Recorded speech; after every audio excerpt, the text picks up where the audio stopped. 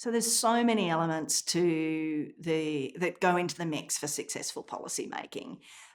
In the first instance, of course, it's the idea and the policy itself. So you know, that idea generation. It's often not coming from yourself. It's coming from listening to people who are affected. Generating ideas, thinking that through, building the evidence base.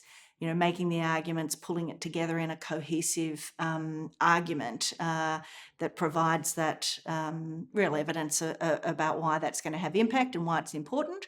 But that's really only the first step. The second step, of course, is then how you get that policy from a great idea. And I've got to say, having spent a lot of time in opposition, I had a lot of great policy ideas, but actually didn't, ever get to put them into place. And I know many feel that way. Is how that then translates into bringing it to life. And so often you need that catalyst or the, accountability or a deadline or something for governments to need to make a decision in relation to it. Sometimes it's, a crisis that happens, that occurs, that needs a response. Sometimes it's a review that requires recommendations.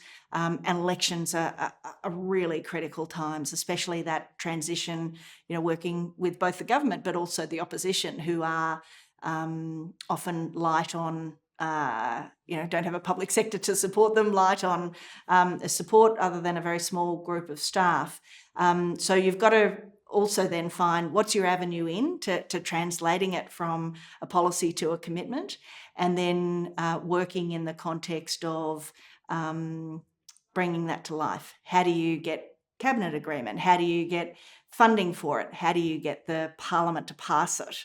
And I often found that, I love the policy thinking, but that was in some ways often the easiest bit. How do you then translate it and make it the law or the policy, the funded program that gets implemented, requires just as much thinking and strategizing as the idea does itself.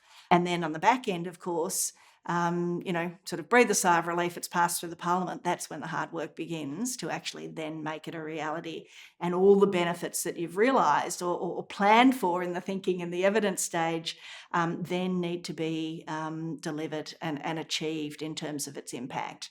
I'm very much of the view that, it's very hard to get everything perfectly right the first time. And our media and our parliaments are very unforgiving in relation to, if it's not perfect. But if we want innovation and policy innovation to really, fundamentally shift, we have to be able to support a mechanism that allows us to implement policies, learn from it, evaluate, refine and improve, so that ultimately, the impact that we want to achieve, from my perspective, for vulnerable individuals and families, or social policy, or whatever policy it is, has to be able to evolve and improve to achieve the impact that we hope for when we first conceived it.